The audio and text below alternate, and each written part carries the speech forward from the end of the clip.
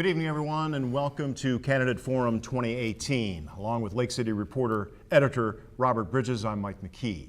For the next 2 hours, we will hear from the candidates running for Columbia County Commission and the Columbia County School Board. This program is a production of the Lake City Columbia County Chamber of Commerce Government Relations Committee and is co-sponsored by the Lake City Reporter, Sonny's Barbecue, Moe's Southwestern Grill, and the college. The rules for tonight's forum are that each candidate will be given a 2-minute opening statement and a 2-minute closing statement, and each candidate will be afforded 2 minutes to answer each question.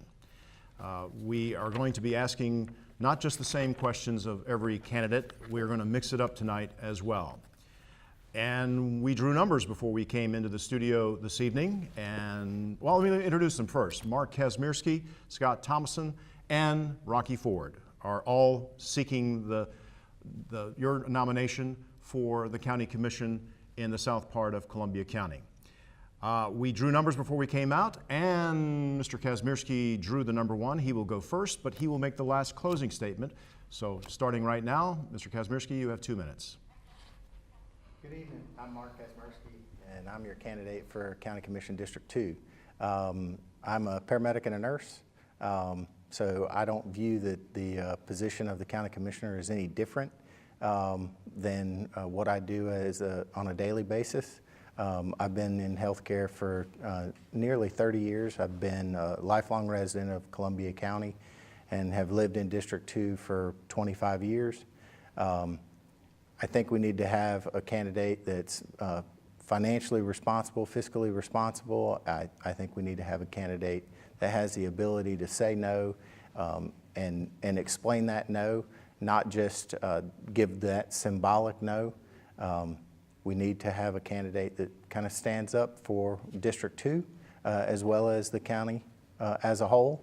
I put my feelings aside at work every day, and as the county commissioner, I won't do that. I won't be any different. And just come out and vote.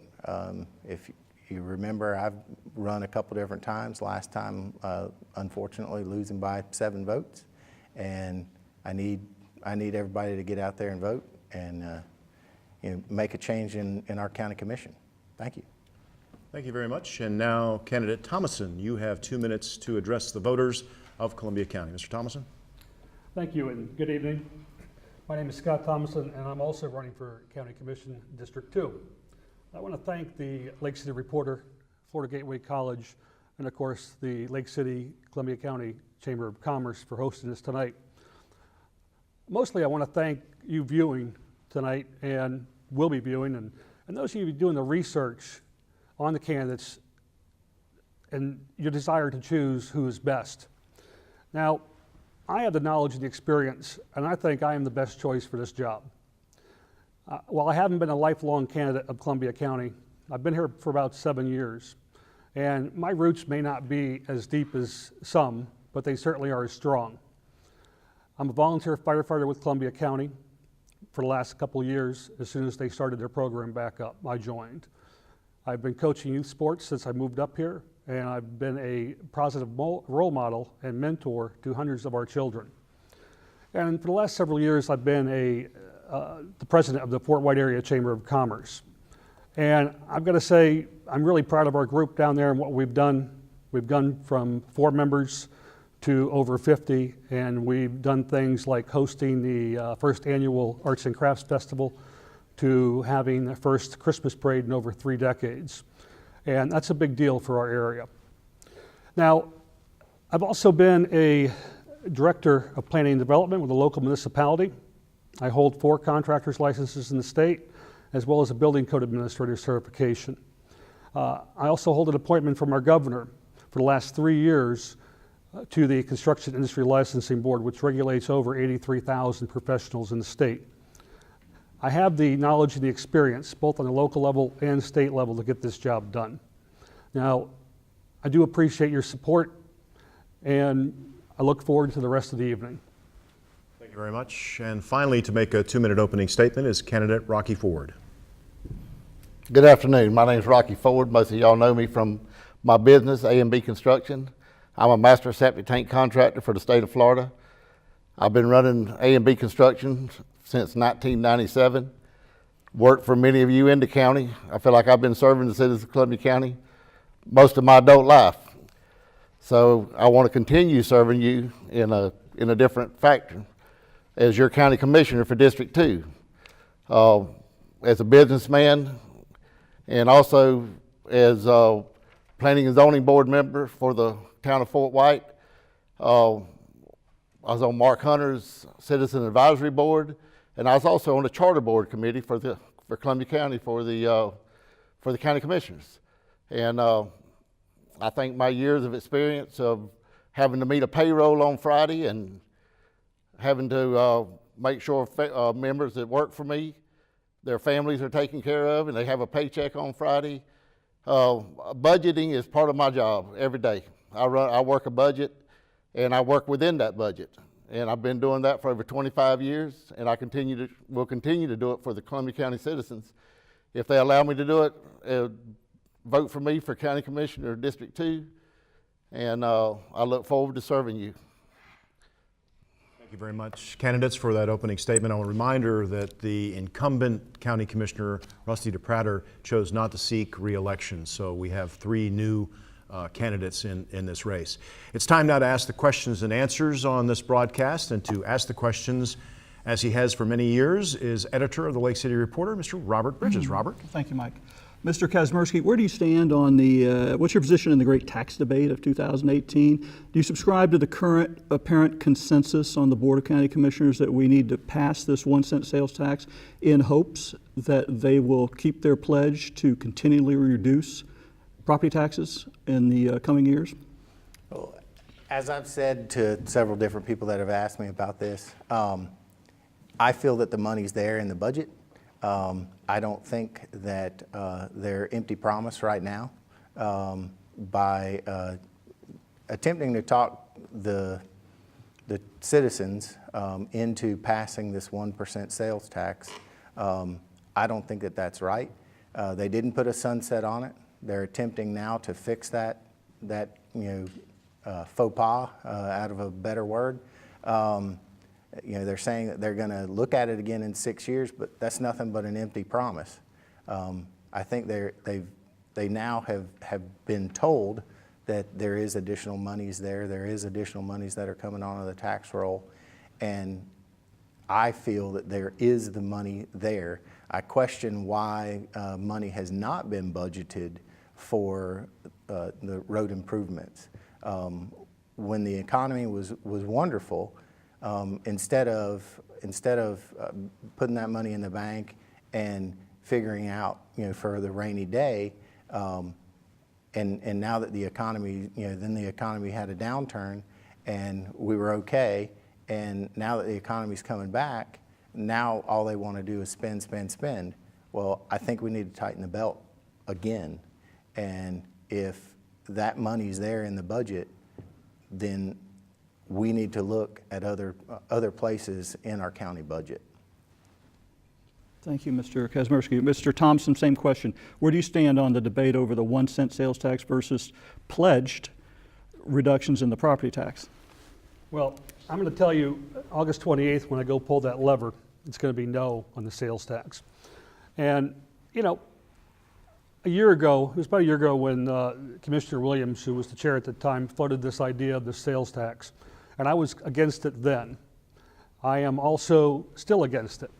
I would agree with Mr. Kazmersky that the money is there. We can create efficiency in our government that will help bring the funds in. We also have increased tax base. We have more and more people every day moving into the county. The state of Florida just itself has 1,000 people a day moving in, and it's projected in the next 12 years that there's going to be an additional 6 million people. Now, we have 21 million people in this state right now. We're going to be up to like 27 million in 12 years. A lot of those people are going to be in this area. I'm not saying 6 million, but our area is going to grow, our tax base is going to grow. And, what the county has done by increasing the millage rate, voting to increase it from 8.15 to 8.17, or I'm sorry, 8.87, and now they're talking about bringing it back down if we vote for the tax. I don't understand that. And if you're going to decrease the millage rate, all you're doing is taking care of the people that are property owners. And right now in our county, about 43% of the population owns all the property. So there's 57% that are not going to, they're going to bear the burden. You know, I own lots of property, and I will get a break if we pass the sales tax and the millage rate gets decreased. That's not fair to people who rent. And I don't know too many landlords that are going to go to their tenants and say, hey, I'm going to give you some cash back. I don't think that's fair. Now, again, like I said, come August 28th, when I pull that lever, it's going to be no. Thank you. Mr. Ford, same question. What's your view on the promise that they're going to cut property taxes if we pass the sales tax? Well, I think you have to decide if you're going to take the county commissioners at their word or not. You know, bottom line is the citizens of Columbia County is going to have to make that decision whether they're going to vote for the tax or not vote for the tax. So, you know, I'll be honest with you, I'm going to put my faith in the citizens of Columbia County to do what they think is the right decision for the county. And when I'm elected county commissioner, I'll make the budget work either way. So I'm going to leave that decision up to the citizens of Columbia County. And, you know, we still have 3 weeks to make that decision on how we're going to vote on it. And my decision is going to be based a lot on what I can find out from the budget of last year and the budget of this year. I just picked a copy of that budget up today. I'm going to look at it and study it and see what the money's in there and what money's not in there, and then I'll base that decision on that. But I will tell you, a consumption tax or a sales tax is the fairest tax for all citizens of the county. Everybody pays their fair share on a sales tax. And on the property taxes, as far as that goes, if you can relieve the burden of the property tax, it would be a great help to senior citizens in the county, because their consumption tax or their sales tax most times is going to be a lot less than their sales tax. So, you know, it might be a benefit to our senior citizens in the county if we lower the ad valorem rate or the property tax rate and put a 1 cent sales tax on it.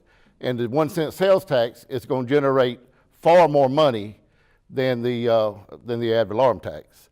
So, you know, I wouldn't say I've made my decision completely yet, but I am, as far as the fairest tax goes, I'm leaning towards the sales tax, because I think that's the fairest tax for all the citizens of Columbia County. Thank you. Mr. Ford, we'll stick with you for the next question. For months now, there's been this rather agitated back and forth between you or your surrogates and Mr. Thomason and his surrogates on Facebook. Mm-hmm. What's behind that? Is it helpful to your campaign? Is it what's motivating this? Well, I don't really know what's behind it, but I mean, I try to stay out of it, and some of my supporters get in it. But you know, that was all going on a long time before this county commission race. It all started with the Chamber of Commerce, and it's continued on into the county commission race. I really didn't know anything about it. Didn't know Scott Thomason before he announced he was running for county commissioner. I met him at the fire department one night, first time I ever met him. But you know, I'll just say I'm not running against Mark Kazmersky, and I'm not running against Scott Thompson. I'm running for the seat of County Commissioner District 2 for the citizens of Columbia County, and I'm here to help the citizens of Columbia County. Thank you. Mr. Thompson, same question. Well, you know, I got to say I have a great deal of respect for Mr. Ford and Mr. Kazmersky for that matter. You know, campaigning is tough. You have, of course, you want to be impassioned. Your supporters certainly show passion. Sometimes I think it's a little too much. I know I've spoken to most of my supporters who, you know, are on Facebook a lot, and we try to run a positive campaign, and we've been doing that. I haven't seen anyone say anything negative about Mr. Ford, and when we have our campaign team meetings, if people do say something negative, you know, I pretty much shut them down, because that's not what we're about. You know, and I'm sure Mr. Ford agrees, we're a small community down there. We don't need hostilities like this. You know, regardless of who wins, one of us three sitting up here is going to be the next commissioner. We need to work together. And I think that's probably my intention. I'm sure that's Mr. Ford's intention too, is that we all need to work together to better our community and better the county we live in. Thanks very much. Mr. Kazmersky, you get a different question. You've run for the seat twice previously. You came within 7 votes last time against an arguably unpopular incumbent. Why will this time be any different? Why will it be different for me? The race is the same as I look at it. My passion hasn't changed to be your county commissioner. My insight into what goes on within our county really hasn't changed. I find it a little bit easier to find some numbers. Maybe that's, our IT folks from the county are getting a little bit better about getting stuff on there, as well as getting the information that they need to give to the public. As far as why I want to do that, why I want to be your county commissioner, is I think we need somebody like me. I think we need somebody that's not politically correct. I'm not going to get into my opponent's fight. I've spoken to both of them about that, and that's a totally different situation. But for me, I want to get out there and I want to be your county commissioner, because I think that's what we need. We need somebody that's willing to put personal feelings aside and do what's right for the county, do what's right for the county as a government agency, do what's right for the county taxpayers, not just District 2, not just Fort White, but the whole district, the whole county. And that's what I think our county needs. Thank you. We'll stick with you, Mr. Kazmersky. Why does this county constantly, continuously, eternally come up short when it comes to attracting career track jobs? Not McDonald's, but nothing against McDonald's, but something you can raise a family on? I think part of it is the projection of, or the projected growth from our county commissioners. To bring in a service industry, all the restaurants that are out on 90, that's great. That's great for the traveling people. That's great for the people that want to go out and eat. But for those folks that want to come home, that they've gone away to college, after coming, hopefully they come to Florida Gateway College and take some of those courses and then, pursue their education elsewhere. And they can come back and support their family. Why those jobs aren't here? I think that's our county government and our city government and the bickering and infighting that goes on there. I've been asked about consolidation. I think that's great in a utopian society, starting from scratch. But who's going to bring that to the table? And then the question's going to be asked is who's going to be in charge of it? Their economies of scale will come into play on some of those, if there was some consolidation. But until we get everybody playing on the same field, we're not going to have those jobs. Thank you, Mr. Thompson. Same question. Why do we, and I say we, I mean the county just collectively, why are we never able to attract the right kind of jobs? Well, quite frankly, it's lack of planning. If anyone's looked at the county's strategic plan, it's 9 pages. Last year, they went out to bid to have a real plan, and then the county just voted it down. They didn't want to do it. I believe it was around $120,000 was the estimated cost. And we are not going to attract any real industry or real business. They're not going to want to invest in our county unless we want to invest in ourselves, and we're not doing that right now. I also believe that we are doing that. We're kind of tying the hands of our economic development director. We need to give him a little more, freedom to do his job. We need to support him. We need to give him the tools to do it, and that's part of that strategic plan. And I believe that's really it. It's just lack of planning. We don't have a direction, and the strategic plan we do have, we don't even follow it. You know, when the county commission voted to increase the millage rate, when you look at the strategic plan, however flawed it is, the number one threat is property taxes. So if that's our strategic plan that we're supposed to be following, we're not even following it. So we need to come up with a real plan, and we need to follow it. Thanks very much. Mr. Ford, same question. You know, the whole problem is infrastructure. Columbia County don't have the infrastructure. They allow the city to run all the water, sewer, and you know, either the city and the county has to work together with the infrastructure and put it in place, or the county's going to have to get into water and sewer business. As simple as that.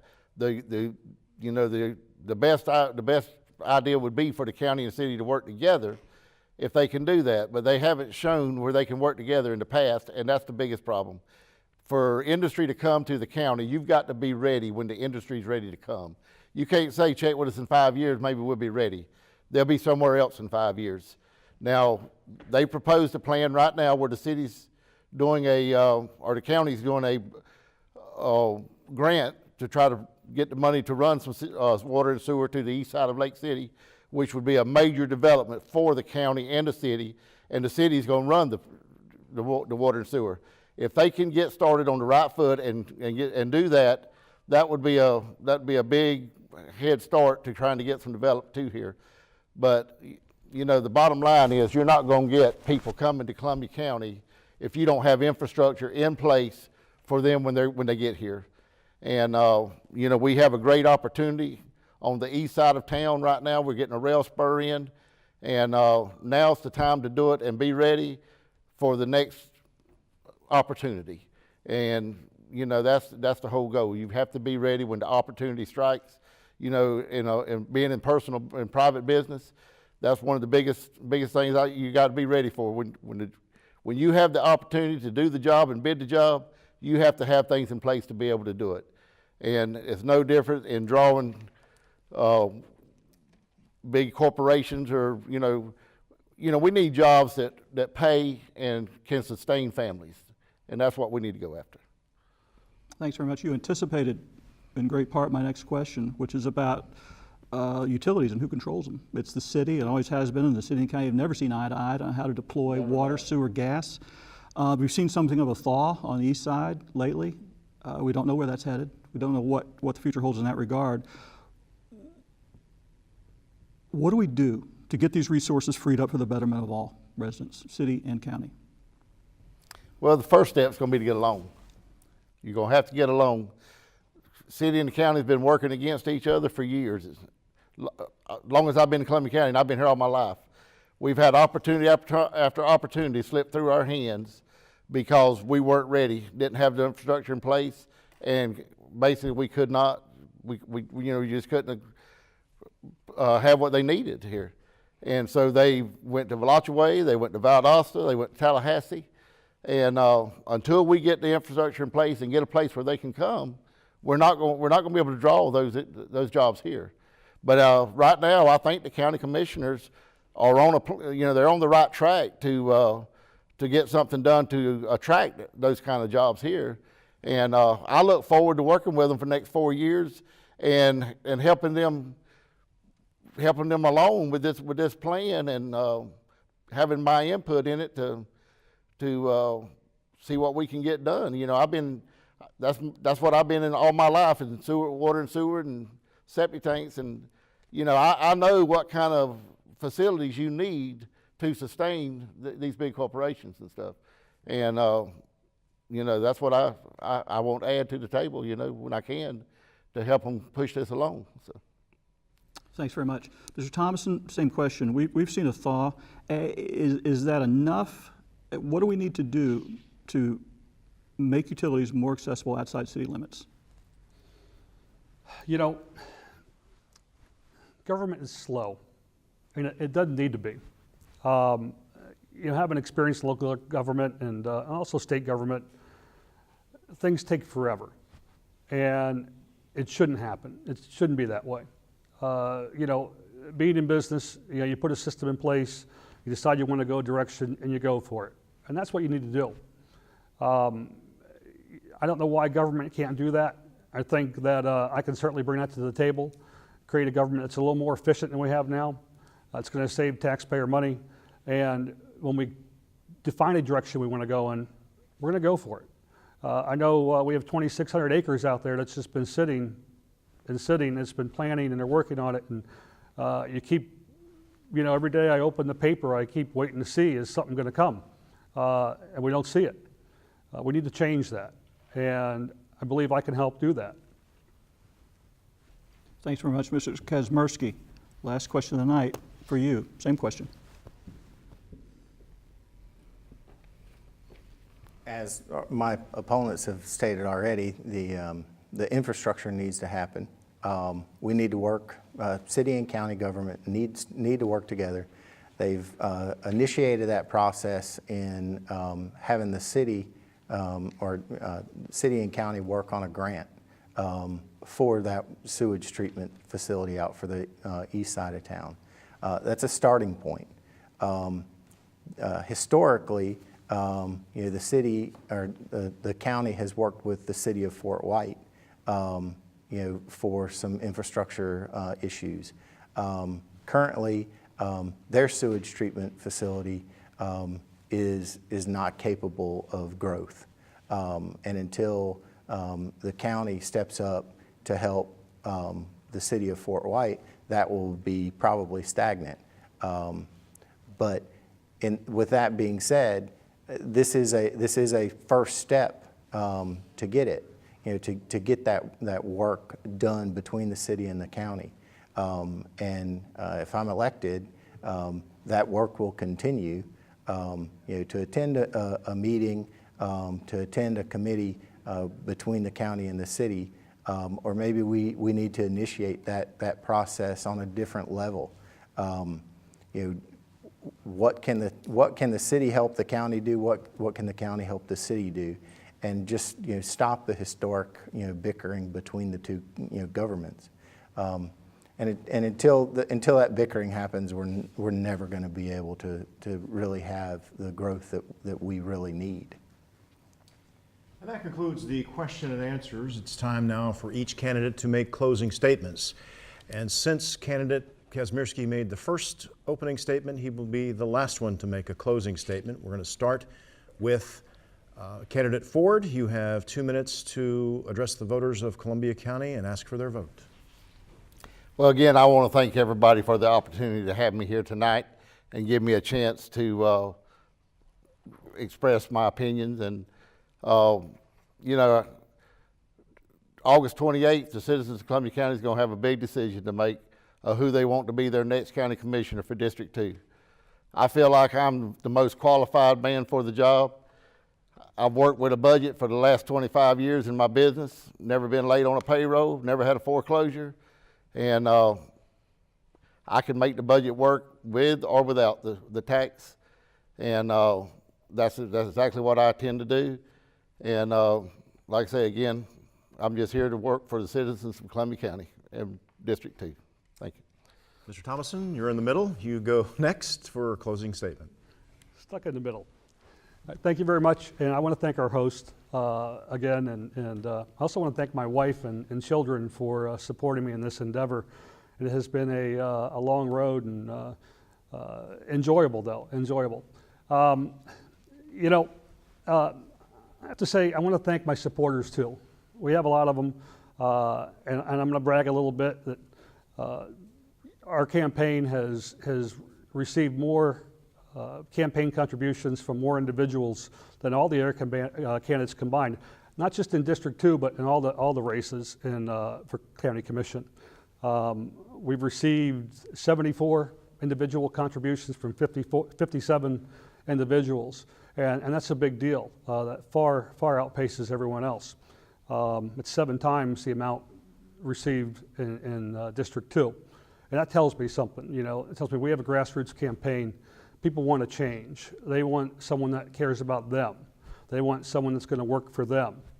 And, we have a choice in this election. I look at it and I say we can go down the same path we've been on, or we can change. We can go with someone that really wants to do what's right for the community. And that's me. So come August 28th, or if you go early voting, I hope you think about that, and I hope you look at do all your research and you choose the best candidate. I believe when you go and pull that lever on August 28th, you're going to vote for Thomason, and I certainly appreciate your support. Thank you very much. Thank you very much. And the last to make a close is candidate Kazmierski. You have 2 minutes. So first of all, thank you to Mike and Robert for inviting all of us here. Thank you for the college and the Lake City Reporter. So when you go and vote, well, first, I need you to go and vote. Second, I need you to vote for me. I feel that I am the best candidate out of the bunch. You know, I want to be your candidate. I want to be educated on the issues that are coming up, and I want to seek the people of District 2 to have input. It's not going to be my decision. It's going to be the people of District 2 making that decision. Not going to make it a commercial for my business. Don't have a business that could potentially benefit from me being the county commissioner. So I think that's important for the people of District 2 to understand. So on August 28th, I need you to go and vote for Mark Kazmierski for county commissioner. Thank you, gentlemen, for being on the program. That concludes our first segment of Candidate Forum. When we come back on Florida Gateway College Television, we'll meet the candidates for Columbia County Commission District 4. You're watching Candidate Forums on Florida Gateway College Television. Don't go away. Welcome back to Candidate Forum 2018. Along with the editor of the Lake City Reporter, Robert Bridges, I'm Mike McKee. Our second segment will be with the candidates for County Commission District 4 between the incumbent, Everett Phillips, and the challenger, Toby Witt. We're going to start right off the bat by saying we're going to have an opening statement from the incumbent, Everett Phillips, who drew the number 1. Mr. Phillips, you have 2 minutes to address the voters with an opening statement. Good evening, everybody. My name is Everett Phillips, born and raised in Lake City, and I am your county commissioner in District 4 and would like to be your county commissioner for another term. I have a wife for 51 years, and I got 2 children, 4 grandchildren, and 5 great-grandchildren. And I have accomplished a few things since I've been in office. I've got Murdoch Road reconditioned, so now a new road. I have got the sewer system in Ellisville up and running. And I have got Howell Road, working on it as we speak. And a numerous amount of other helps and ifs and ands and buts in all of our county. And we're trying to spend our money in the right direction. And I know we have a little bit of new money coming on, but we don't know what we're going to do with it because we don't have it yet. When we get it, then we can decide exactly which direction we're going to go with it, and I will be on my staff and make sure they get everything done with the money that should be done with it. Thank you. All right, Mr. Witt, it's now your turn for a 2-minute opening statement to the voters of Columbia County. Good evening. My name is Toby Witt. I'm running for County Commission District 4. I've lived in District 4 my entire life. I'm a bachelor. I have 4 kids, 2 children, 2 stepchildren. They are all of college age and at various stages in their young adult lives. My daughter Lainey is actually streaming us live from Lenore Ryan. So hey Lainey, how you doing? I have spent time in my life as a single parent raising my 2 kids. So I'm very passionate about tax dollars. I know what it means to have to make ends meet. So I'm very passionate about issues when it comes to tax dollars and raising taxes. I've been very vocal about tax increases with this board. I'm conservative. I don't just say I'm conservative. I believe in that philosophy. I actually practice it in my work life. And I think the Board of County Commissioners needs conservative candidates, conservative leadership on the board. 21 years I've been a first responder, been a paramedic. I've served in various management roles. I've managed budgets of $2 million up to $30 million. I've been chasing this goal of county commissioner for about 16 years, so I'm an informed candidate. I understand the county budgets and how they work. I've been vocal about the county commission when needed to be, and I've attended county commission meetings for the last 16 years. So I'm an informed candidate, and I would like to bring conservative leadership to the Board of County Commissioners. Thank you for those opening statements, gentlemen. It's time now for the question and answer segment of our second segment. And to ask the questions is the editor of Lake City Reporter, Robert Bridges. Robert, it's all yours. Thanks, Mike. Mr. Phillips, in order to build a new jail and get our roads back in shape, do we have to have a new tax of any kind? Can we get by without it? I didn't quite hear the question. I'm sorry. In order to get our jail built, pay the debt service on that on an annual basis, and in order to get our roads back in the condition they need to be, do we have to have a new tax of some kind, or can we get by without it? In order to get our roads back in condition, I think we do need the tax. Now, the jail probably could be finagled around and worked in the budget in some matter, but I'm not really up for any new taxes at all. But if everyone wants to do the sales tax, that will help a lot of our roads get better. And at the end of 6 years, they're gonna bring it back in front of the people. And then we will see if our roads has gotten better than what they should be. If they do, then the people have a chance to re-vote it back in. If they don't, then they can kick it back out. Okay, can I follow up with that just for a second? That's not a certainty, is it? That it's going to go back before the voters in 6 years? That's a what? It's not a certainty that it's going to go back before the voters in 6 years, is it? No. Okay. Mr. Witt, same question for you. Where do you stand on the 1 cent sales tax?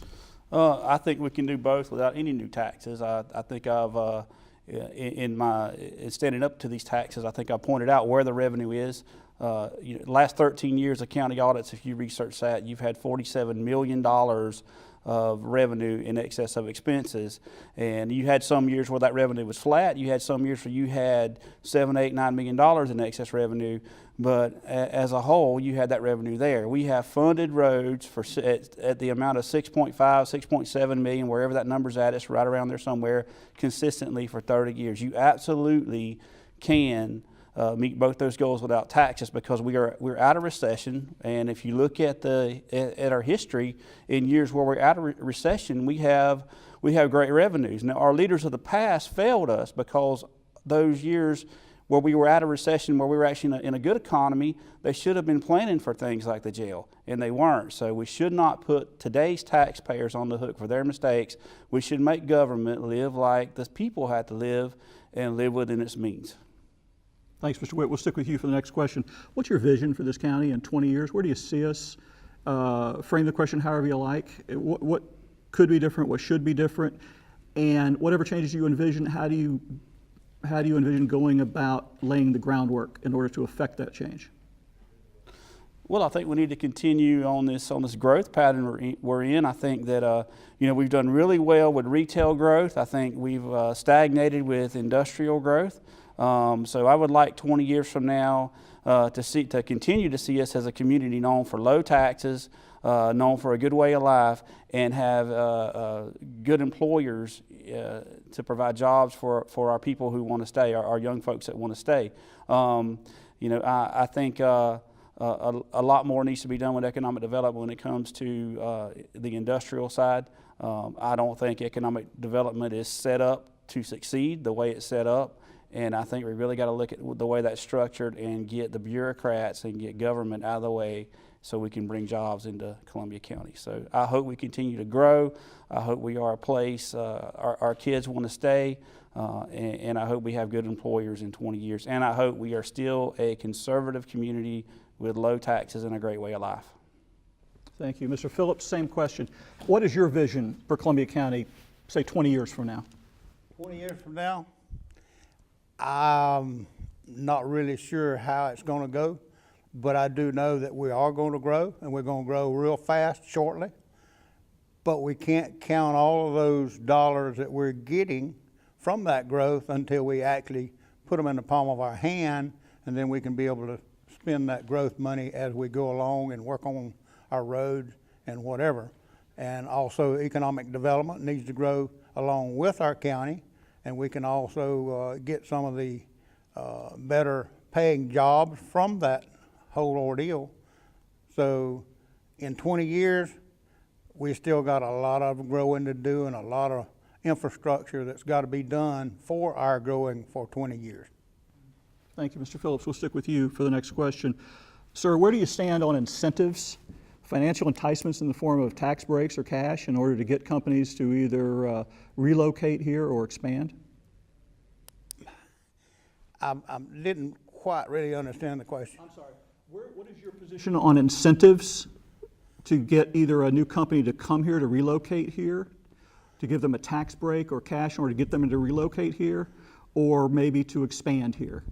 Well, if you're going to have a company come here and they're going to pay good paying jobs, yes, I would say incentivize those to a certain extent, but you can't incentivize the new companies all of the money because you'd be giving it all away. But the thing about it is, once you get them here, then you'll have the better paying jobs and have more money to be able to pay to another company that's going to be coming in and wanting to be incentivized too. So I think it's well worth incentivizing some of it, but not a whole bunch of it. All right. Mr. Witt, same question. I think it's a necessary evil to get employers to get big employers to come here. I think I'm against a blanket policy that says we incentivize everybody the same way. I think you have to continue to take it on a case-by-case basis. I think in some cases it makes great sense. For instance, Love's, when you incentivize them on the front end, but you know you're going to get $1 million in gas tax every year, I mean, that incentive makes sense. I think you have to look at each of them individually and make sure that when you incentivize somebody, there's a return on investment to the taxpayer, and that's key. Again, they're just a necessary evil, and I'm not in favor of a blanket approach, but in some cases, yes, you have to incentivize. Thank you, Mr. Witt. We're going to stick with you. With all due respect, sir, here's the rap on you from people who do not support your candidacy. They say you play in a country western band, which means you're in bars more than some folks, and that you drink beer while you're there in some cases. Does any of this have any bearing on your ability to be a county commissioner? I don't think so. Look, I do enjoy playing music. Music's been a part of my life since I was a preteen. I was 11 years old when I started playing drums. It's my hobby. I don't hunt. I play music in bands, and man, I do enjoy drinking a beer. I think this community enjoys it. Howpatter's a great success. I don't think it has any bearing on my campaign or me as a person. I think it's, I am a bachelor. I do eat out a lot, but my kids are grown. If you listen to my stance, my stance and my speeches, and you look at what I've accomplished in my professional life, I don't think it has any bearing on me as a person, or my candidacy, or my qualifications. Thank you very much. Mr. Phillips, at a rally in Fort White last month, you said you didn't know if we really needed a new jail because you hadn't been out to inspect it personally. So I have a two-part question. First, have you had a chance to do that yet, to take a look at it, to decide for yourself? And secondly, sir, again, with all due respect, if you weren't sure up till now, or if you weren't sure if we needed a new jail or not, why did you wait until then to speak up when the county commission has been spending a lot of money on architecture fees and other things in order to prepare for building it? Well, I haven't had a chance to get to the jail. As you know, I do a full-time job also. And I have, depending on Mark Hunter, which is our sheriff, he knows what the jail looks like, he knows what the jail is, and all of his employees has backed him up from one end to the other saying they need a new jail. So if he needs a new jail, and I understand that, he says he does, so I'm saying he does. I haven't had a chance to go there, but I will get there before we get all of this said and done, because we're actually going to look at some of the stuff that's going into jail to see if we can even cut some of the stuff, money out that's in there involved in the jail. So as far as supporting the jail, I will support the jail, but I'm not going to support a new tax to have a new jail. Thank you, sir. We'll stick with you, Mr. Phillips. Question that gets asked every time we do one of these things, and let's ask it again. Why does this county constantly come up short when it comes time to find jobs that pay more than minimum wage? I can't really answer the question as far as I know they need jobs to pay more money, but it's hard to pay more money when you have such a low income city or county like we have. We don't have a whole lot of real high paying jobs in Columbia County. So therefore, if we have to go with the low paid, we'll just have to go with that. Okay, Mr. Witt, same question. Well, obviously, what we're doing is not working. Obviously, the way economic development is structured, it has not been able to capture those big jobs. We've had some limited success with Target, and we've had limited success when New Millennium came in. But I think if something's not working, you got to restructure it. You got to try something else. I think economic development, as it's set up today, will not succeed. I don't think you can have a director of economic development subject to the same purchasing policies and personnel policies as any other county employee and expect them to be successful at convincing companies, wining and dining and convincing companies to come to our county. And so I think we got to do something different. I don't know what that looks like.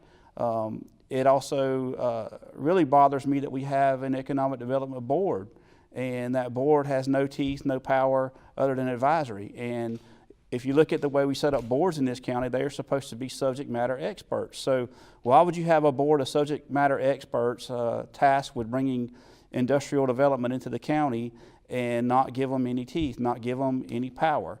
So maybe the whole thing needs to be restructured.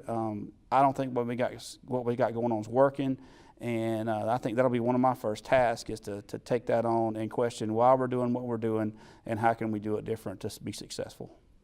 Thanks very much, Mr. Witt. We stay with you. We've seen something of a thaw, so it seems, between city and county relations concerning deployment of utilities.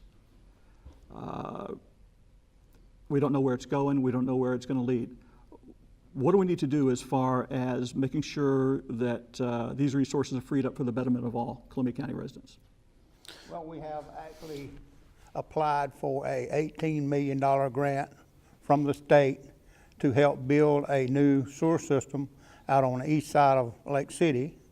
And so therefore that's in the wash, and I think that once we get that $18 million grant, then we can go with the city. And we've also put in for a grant to chase all their lines and find out where their problems are as far as being able to move sewage from one side of town to the next. But if we can get the grant to do the $18 million station on the east side of town, then that'll solve a whole bunch of the problems of moving sewer from one side of town to the next. And the city has cooperated, and they're willing to go with us, and we can get things going if that be what we got to do. Thank you. Yeah, Mr. Witt, same question, but I'm looking past the deal that we made, the east side sewer plant. Does that indicate that there may be better things ahead as far as city-county cooperation on control of utilities, or do we need to take a more definite step as far as how utilities are deployed? That's purposely vague and open-ended. I think we got to keep working together. I think it's cheaper if we work together. When people talk about consolidation and combining services, you got to understand there was a time we did do some of that. Fire services was exclusively provided by the city, and the county exclusively provided EMS, and that worked out good. It saved everybody money. So I like those collaborative efforts because they're better for the taxpayer. So anything that's going to save tax dollars, I'm for. I think I'm pleased that the relations have thawed and that dialogue is thawed. I would like to keep that going. I think a big step in keeping city and county together is showing up. I think you need city council members showing up to county commission meetings. I think you need county commissioners showing up to city council meetings. I think you've got to keep that dialogue going. I'm very pleased that it seems to be we're working together on utilities, but I'd like to see that in other areas that save tax dollars as well. Thank you. This is the last question for each of you. Start out again with Mr. Witt. Mr. Witt, what qualifies you to be one of 5 members of the board of directors of a $150 million corporation that is Columbia County?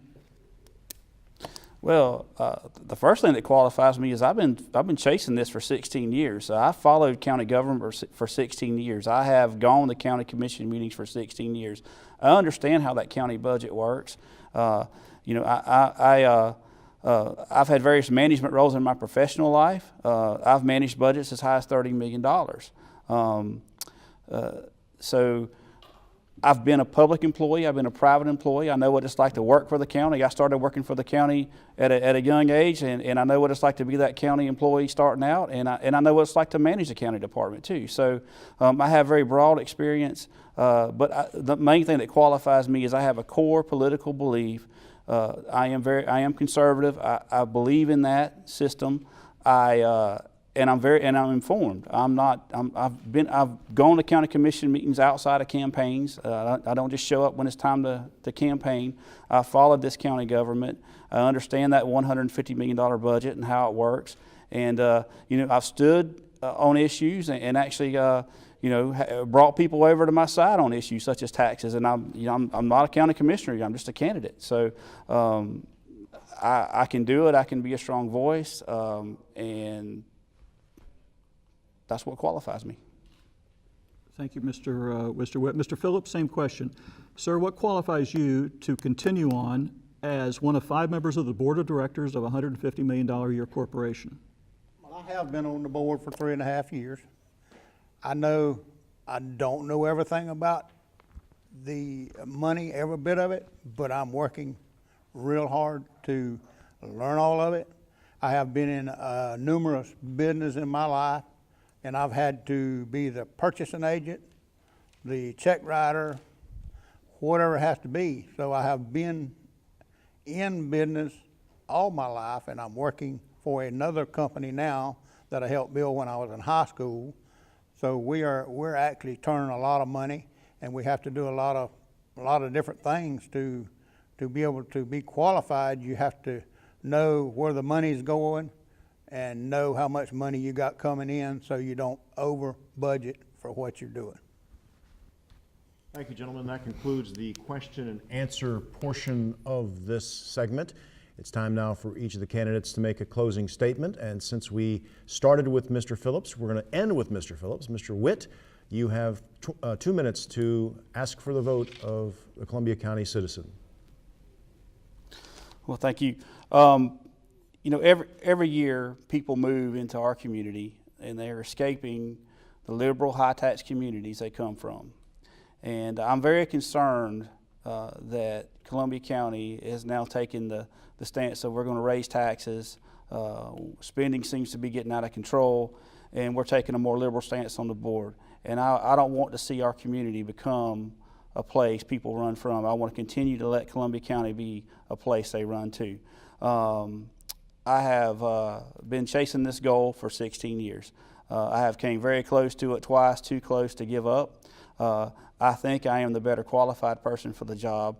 I've certainly kept myself informed. I've certainly stood up for the taxpayers when you need to be, when need be. I've been a very vocal proponent on issues like taxes when this board seems to take a more liberal stance. And I do not want to see our way of life, our conservative values change. And I think, you know, it's more than just 1 cent. It's more than just 1 point on the millage rate. If you ever make spending money easy, then then that's going to become the new norm. We're going to go down the same road as our country, and we're going to be 21 trillion, and that's why our country's $21 trillion in debt. So you want that budget every year to be hard. You want them to have to make difficult decisions to manage it, because we don't want spending out of control, and we want them accountable, and I'll be accountable. Thank you very much. Thank you, candidate Witt. It's now time for the incumbent, Everett Phillips, to make his 2-minute closing statement. Yes, I would like to say that I'm not for raising any property taxes. Now the 1 cent sales tax for infrastructure tax, that's left entirely up to the people that out there voting. If you think we need new roads to help get the new roads, we get an infrastructure tax, and we can do that. But as far as overspending, we're not gonna overspend. We can't overspend. We're checking them things out now as we speak.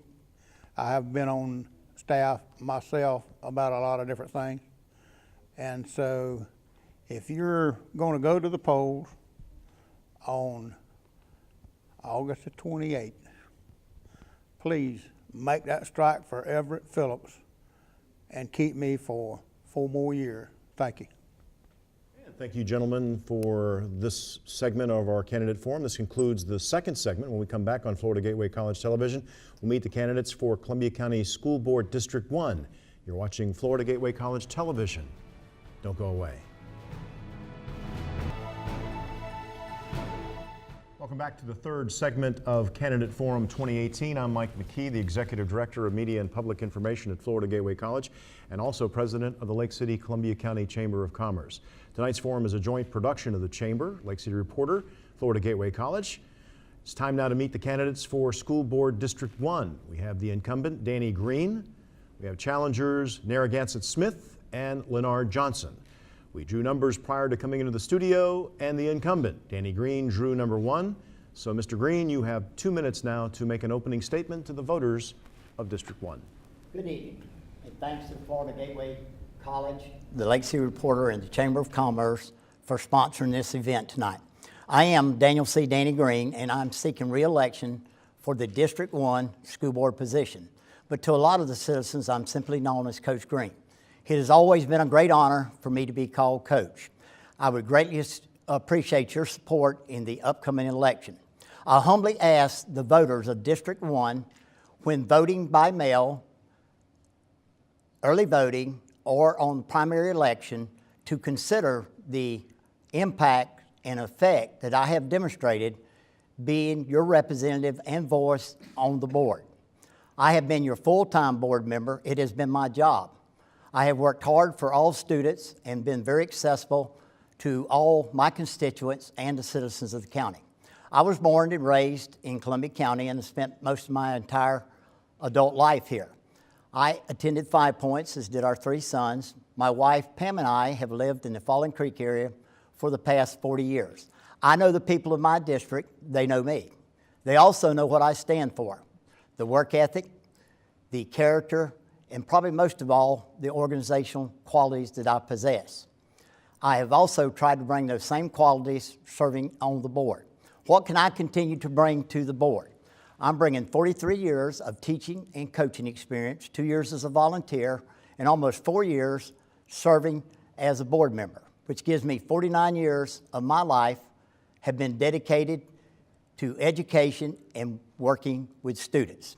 I have always believed we have to do the right thing for kids. As your board member, I have the knowledge, I have the experience, but most of all, I have the commitment to continue moving our school system forward in a positive direction. Thank you.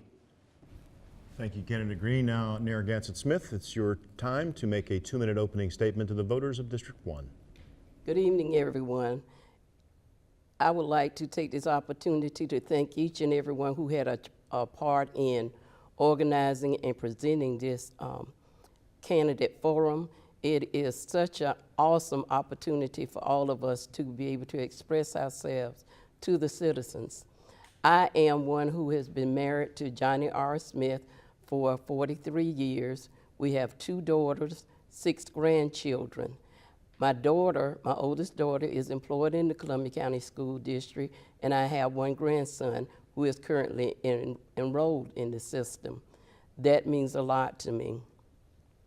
I am running for the seat that is vacant for the District 1 Columbia County School member.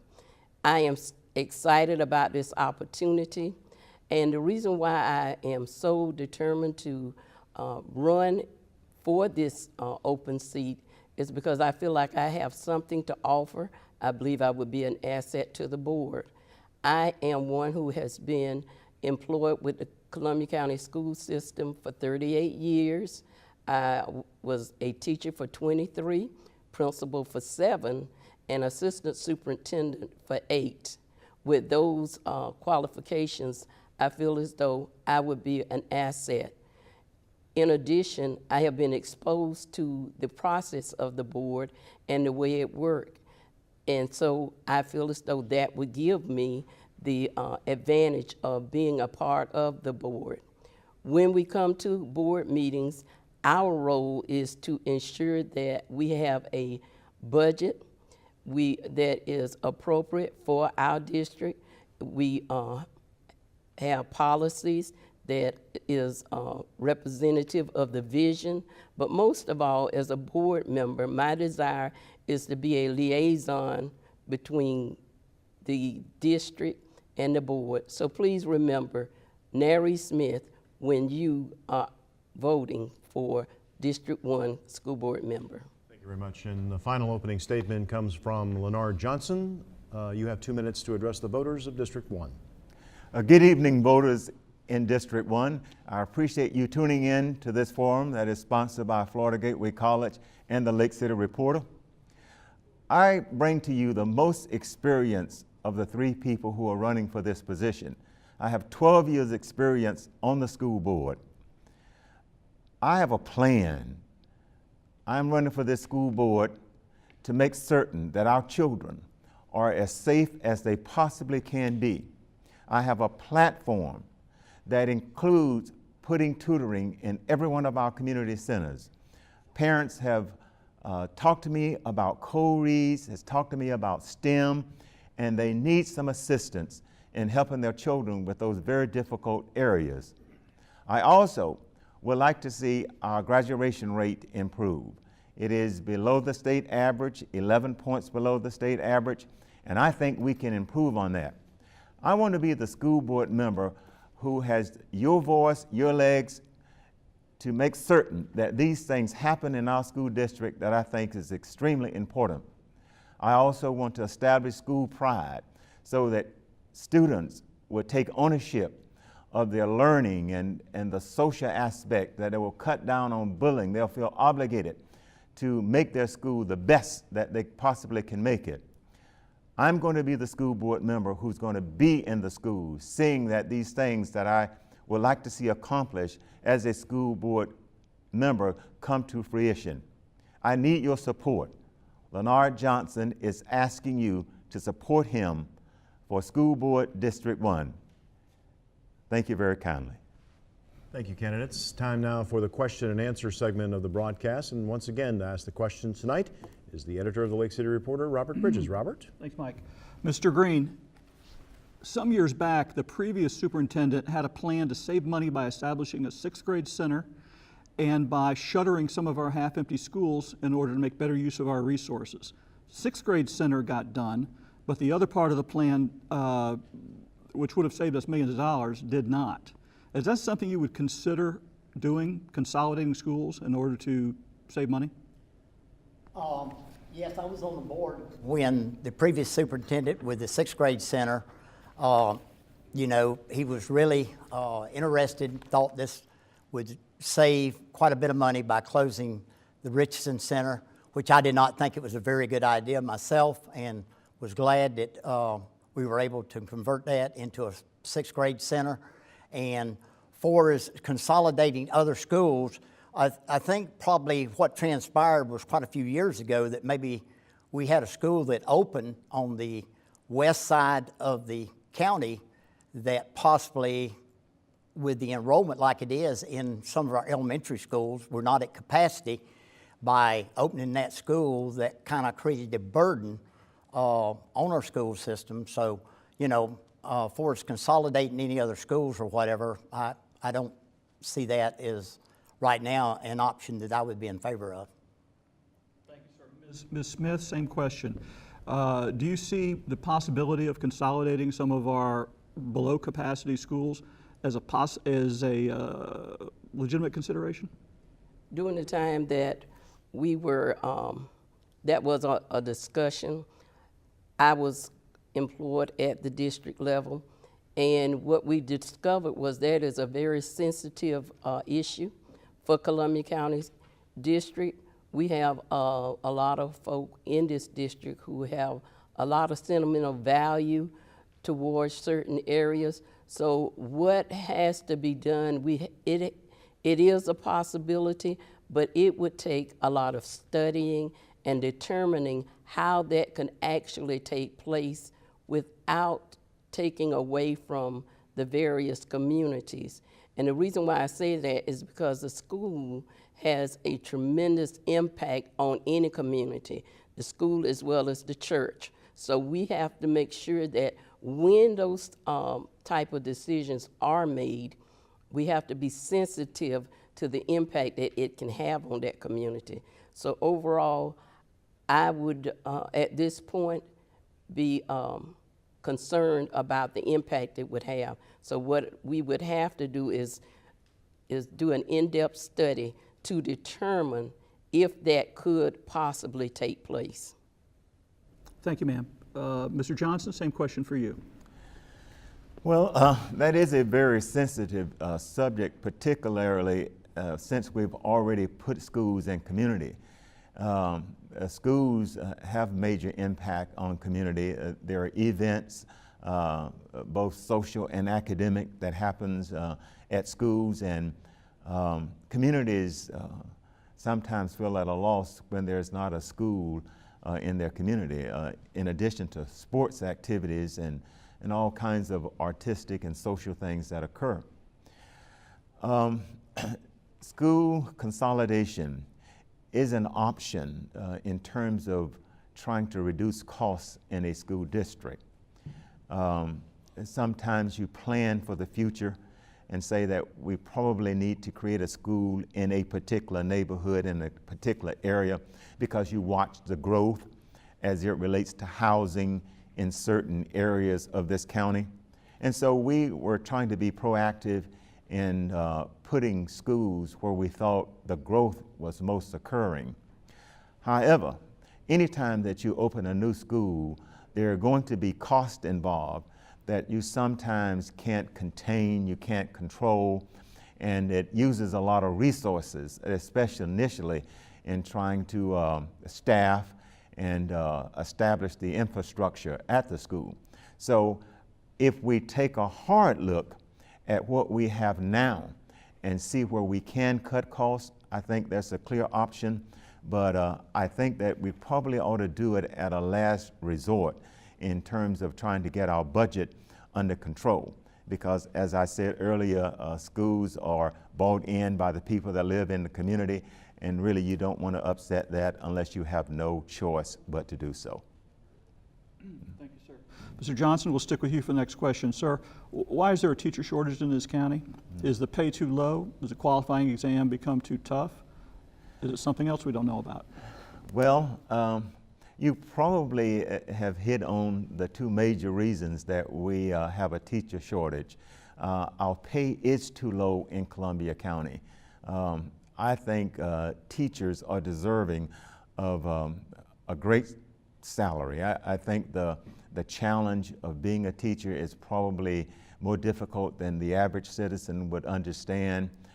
So I see that our teachers should be paid more. And in this community, if you consider the 5 bordering counties, we probably should be at the top, but we are not.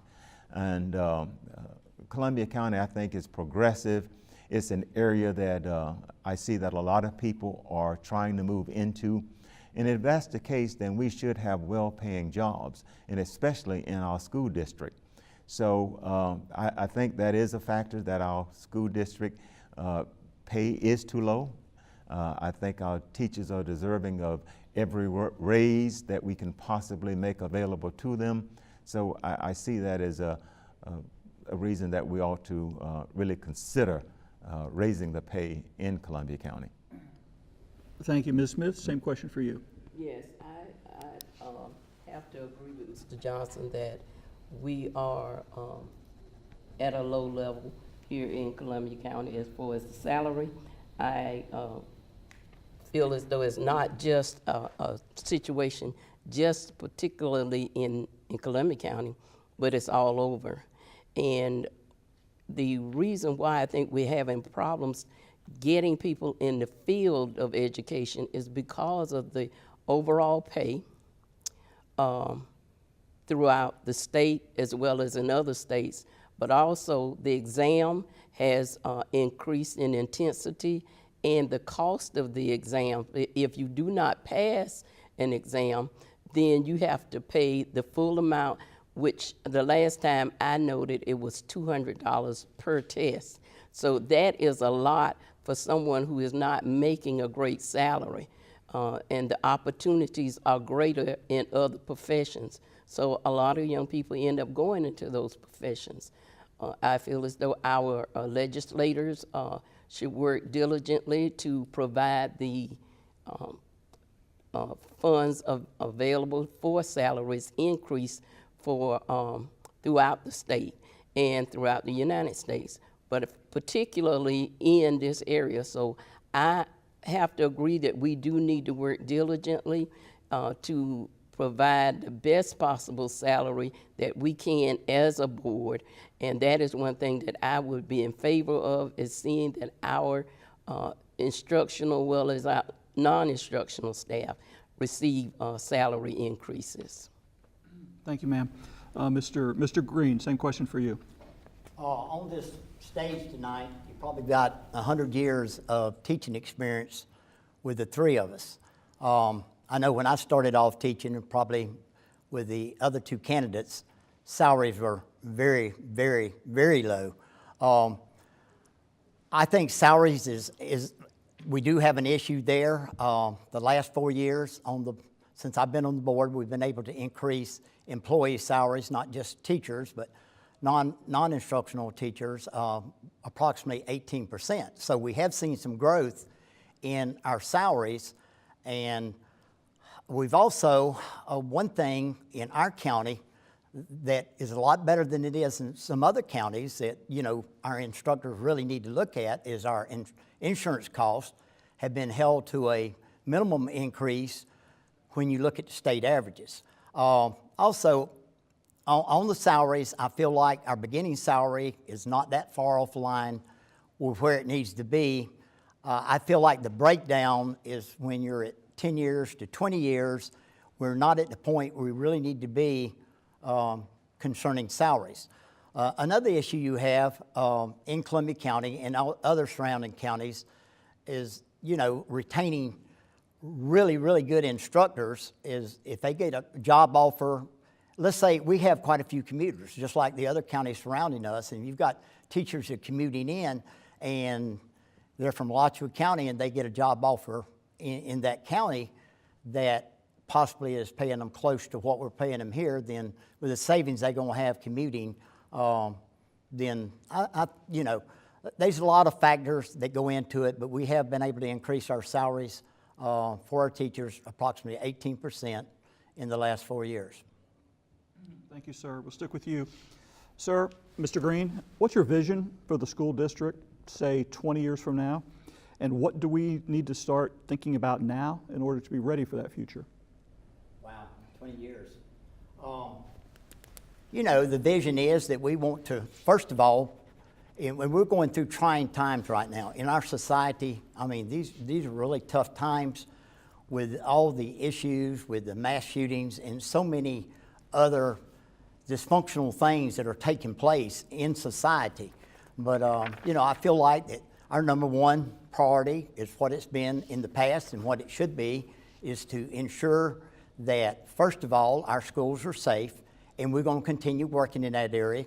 And I think we've done a very proactive job on the board for the past 2 years, moving in that direction, not only with school safety, but also with our mental health, but also to try to make sure that we improve our instruction and give every student the best opportunity to be in a positive learning environment and give them the chance to succeed at the highest level.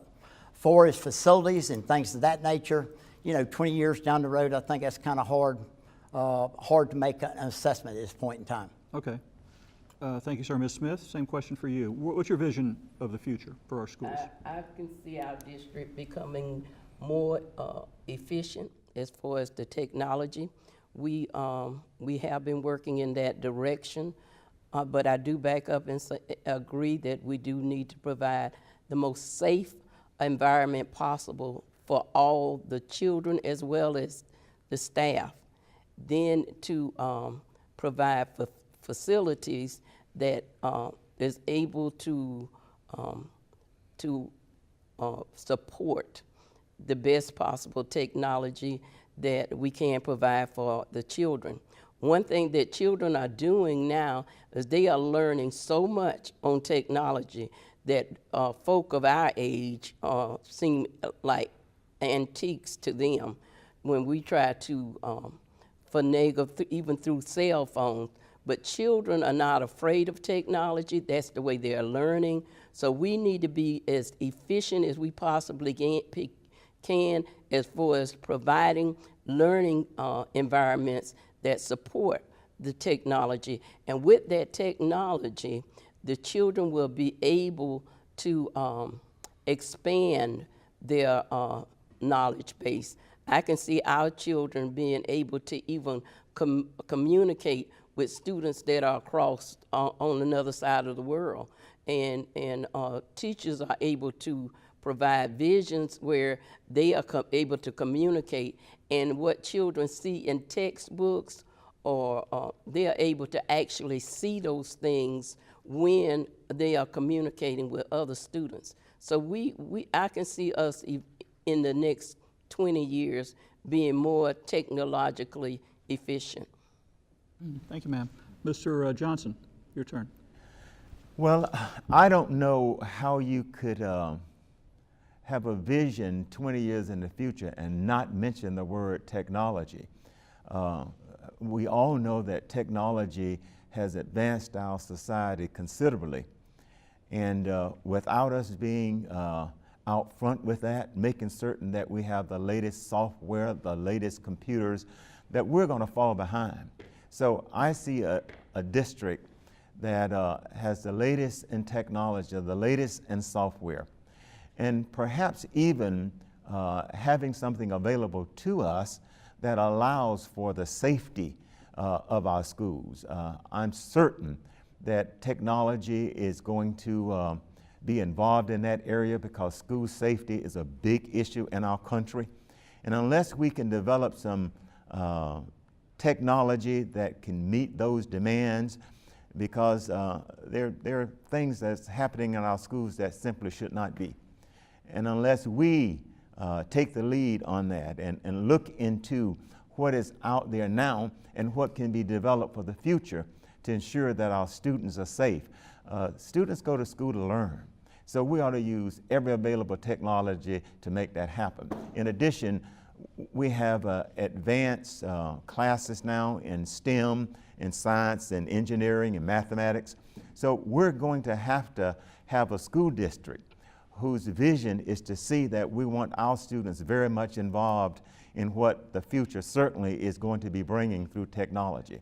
So I see our schools just up there with every other school district in this state, in this nation, preparing our students to take on those jobs that certainly will be in technology, and hopefully they will be high paying, and we will have provided the education to meet that demand. Thank you very much, and that concludes the question and answer portion of our forum. It's time now for each candidate to make a 2-minute closing statement to the voters of the district. And since Mr. Green went first, he will go last. Mr. Johnson, you have 2 minutes to make a closing statement to the voters of District 1. Yes.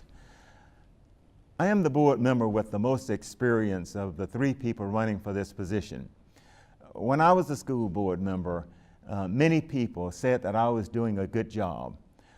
In the last election, I only lost by a few votes. I was encouraged to run again. A lot of people saying that they were disappointed with the outcome. And really, it was an inspiration to me to try again. I thought long and hard about it. I prayed about it. And I still have that passion for students. I still have that passion to be in our communities, trying to make a difference in the lives of our children, both educationally and personally. I am a person who's willing to devote all of my time and resources to help. I think I'm known in this community for helping. People have asked me to sponsor kids, to be a mentor. I don't say no to that. I still have that passion to do it as I did 20 years ago, because I have been involved in the lives of young people a long time, and I don't see that ending in the near future. I want to do all that I can do to provide them with a quality education. I want to do all that I can do to ensure their safety in our schools. I want to do all that I can do to help them to master the classes that is difficult for them in terms of code reads and STEM. I want to be out there as a leader. I want to work hard and work smarter and make certain that your child have every opportunity to be successful in school and beyond. I want them to graduate from this system being able to compete with any student anywhere in this country. And I know that takes leg work, and I'm going to be the leg work on this school board. I'm going to work as hard as I've ever worked and be as committed as I've ever been. Please vote Leonard Johnson, School Board District 1. I thank you.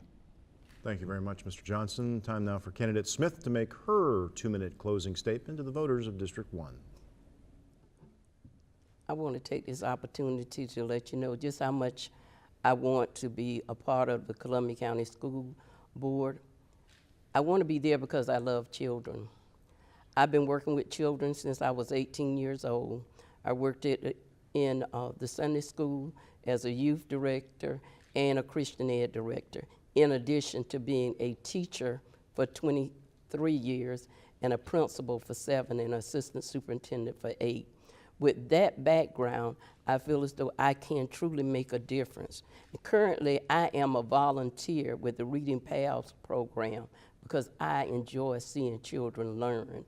I have never departed from that desire to be involved with children. I love to see them learn. I love to see them feel as though I can be somebody. And I always encourage children to reach their highest potential. It doesn't matter who the child is. And I want to continue that passion. As a board member, I know I will be involved with the children, and I will be one who is willing to listen to the parents. When I was at the district level, I didn't have a problem listening to parents and going to the schools with parents to ensure that they understood the policy was being carried out to support their child. I will continue to work in that direction. If given the opportunity, anyone from any area of the district can talk with Nary Smith, and I will be glad to be of service to them because I understand the working of the board, the district.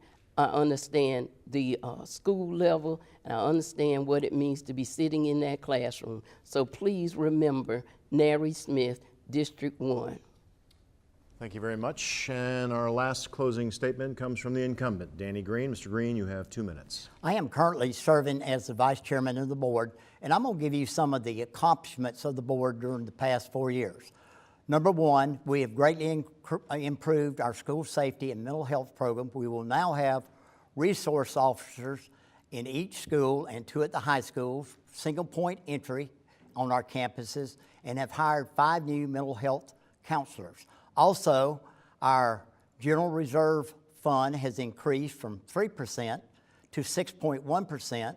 Our teachers, as mentioned earlier, and employees have had an increase of 18%. Our insurance rates have stayed lower. We also, on our buses, have live GPS tracking and security cameras and have purchased 20 new buses for transportation. I was very instrumental at 5 Points in helping with the drop-off area, which was very unsafe. Also, I was chosen to represent the board on our 5-year strategic planning committee. We have developed new strategies to improve with our graduation rates. Previously, to my tenure, the highest was 65%. Since I've been on the board, they have went as high as 76%, and it looks like we'll be in the 80s when we get our latest report.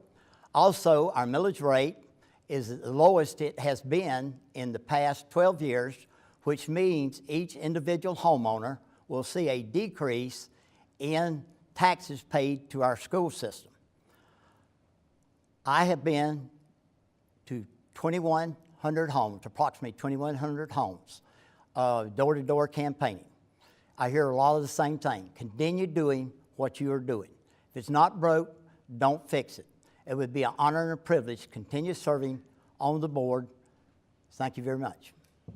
And thank you, Candidate Green, and thank all the candidates for being on our program. That concludes the third segment of our candidate forum this evening. When we come back on Florida Gateway College Television and streaming online, we'll meet the candidates for Columbia County School Board District 5. You're watching FGC TV. Don't go away.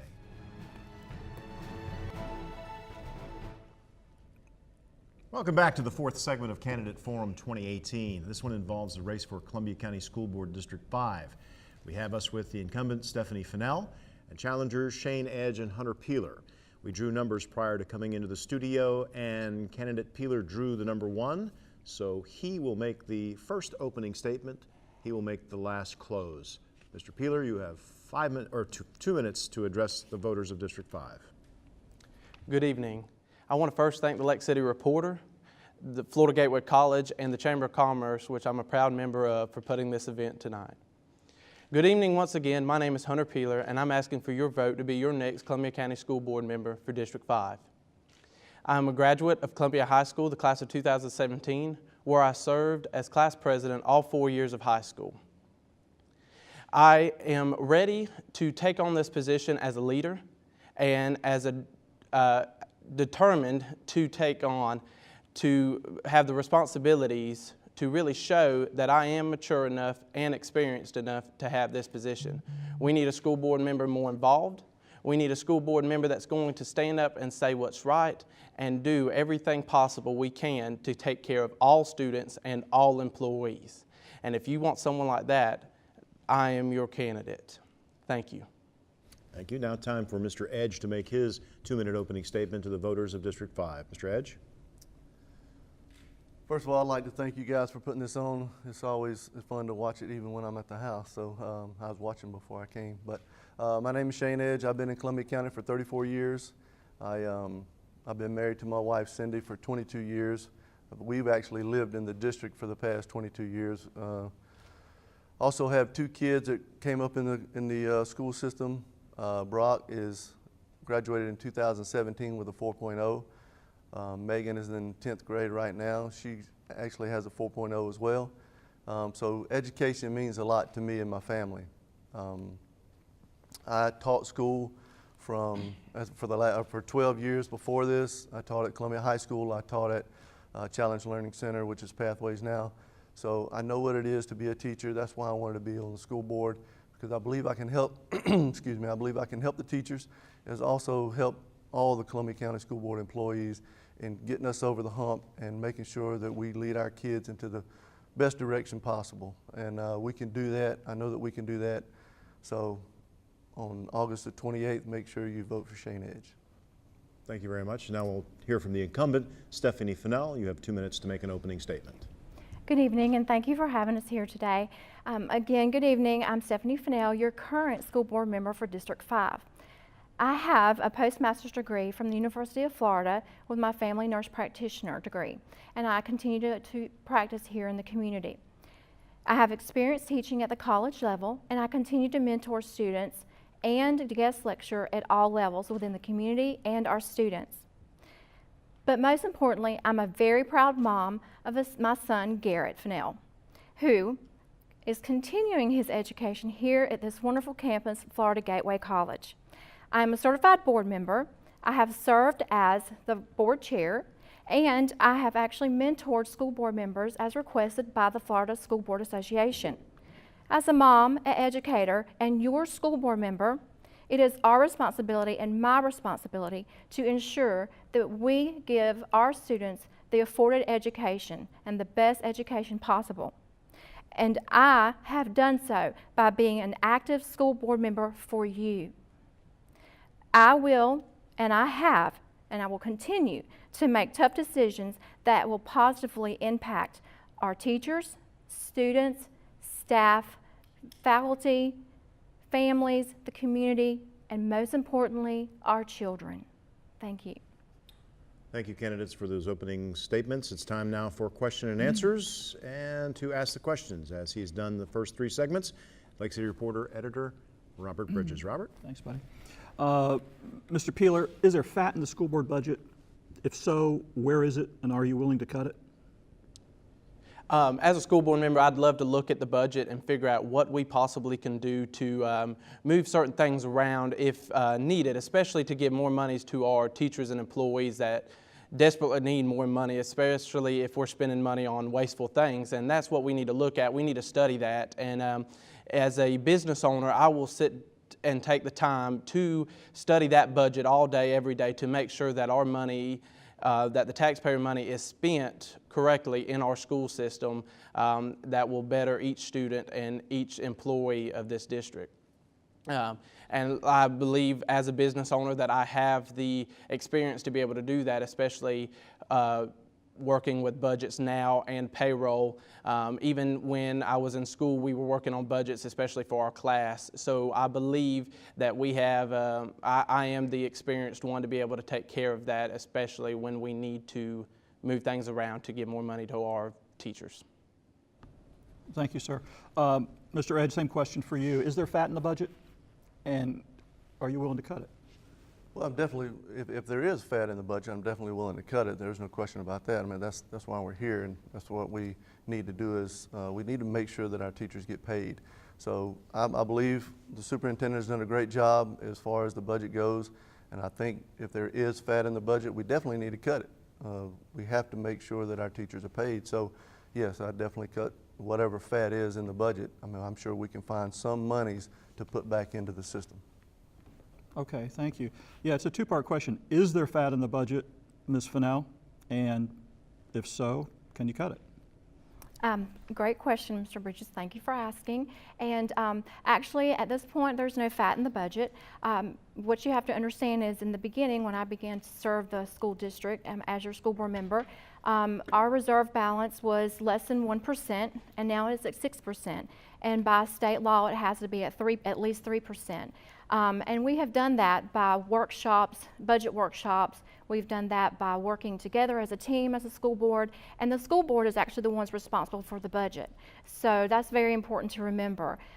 We have actually done so well at managing the budget. We have been able to give an 18.3% pay raise across the board, and we have actually, again, been able to make our reserve go from a 1% to a 6% in managing, cutting, and cutting the fat, as you like to call it. So we continue to work on cutting everywhere we can. It's each school board member's responsibility to work on that budget and study that budget, because it is not an easy job. So as I do, I will many times meet with our financial administrator, and very frequently, as she may get tired of seeing my face, but that's okay, it's my job and my responsibility. And we look to see where else we might can cut. We look to see what may be high for the month, and it could be the water bill or the diesel bill, and we need to see, what was that compared to last year. So we're constantly on top of it, and it's our job as a school board member to continue to stay on top of that budget and see what we're spending too much of and where we can switch around. But I've always voted to give our teacher pay raises and our staff pay raises, as they are so deserving of it, and I will continue to do so. Thank you. Thank you, Ms. Fennell. We'll stick with you for the next question. 18.3% in the last, I think you said 6 years or so, 5 years, sorry. So how much further do we need to go? How much higher do salaries need to be? Well, our current salaries, our starting salaries are $32,000 a year. They were $32,000 when I first started as a school board member, and they are now $37,000. So that's another way we've been able to show that we've done well with the budget. I'd love to see our teachers at $50,000 a year and continue to grow. If we don't have the money, we're not able to give that. But again, by budgeting our money through workshops, continuous teamwork as school board members, we can continue to work on those pay increases, because again, we were in a critical area with our budget when I came on as a school board member, and we have just done a fantastic job as a team to get out of that horrific area that we were in and turn it around and actually be able to give pay raises. So I foresee us being able to do the same thing as we continue to manage the budget and work as a team and work with our financial officer and again, work as a team with the school, as the school board as we have done. Thank you, ma'am. Mr. Edge, same question for you. What's the range you want to get teacher salaries to? Well, we really needed to get as high as we can go. To me, teachers have been underpaid for years, and they're the most influential people in our community. We have to make sure that we have the best teachers at Columbia High and at Fort White and Eastside Elementary. All our schools, we have to get that number up as high as we can. So there's no number that we could put it at. I mean, you get your steps as you go as a teacher, how many years you have in the system, you go up from there. But I don't think that we should cap a number or put a number on what our teachers are. I just think we need to find the money from somewhere, whether it's going through the budget, cutting the fat, as we said earlier. But I don't think you should cap it at all. I think you are responsible to get these people the most money as we can because we don't want our teachers going over to neighboring counties, going to Suwannee or Hamilton or whatever the case may be, to try to get a better paycheck. We just need to make sure to keep the teachers here and bring teachers in if we can pay more money. Thank you, sir. Mr. Peeler, same question for you. I don't want to put a cap on anybody's future, but what's a number you'd be comfortable with? Ideally, what would you like to see a starting teacher in this county start at? I'll tell you this, a school board member makes around the area of $32,000 a year when they first take office, and to me, I get that state, that's under the state, but at the same time, we need a school board member that's going to sit there and work with our next state representative, whoever that may be, and work with the other board members to actually bring up new ideas and take to Tallahassee and say, look here, we need more money for our teachers in Columbia County because they are the backbone to education, clearly, and we need to be giving as much money as we possibly can to them.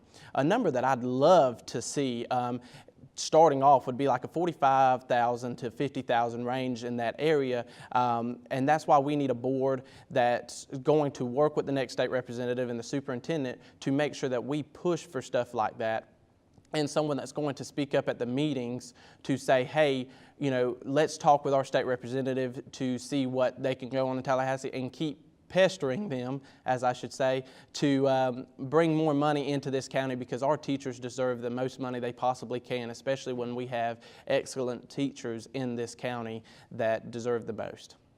Thank you, Mr. Peeler. We'll stick with you for next question.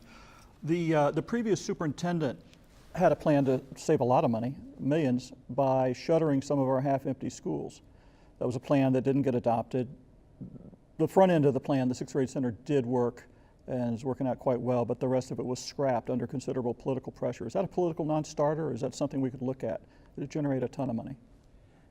That is something we definitely need to look at, especially like I said, I want to be a school board member that's involved, that visits every school, not just the ones in my district, all of the time and not just during election time.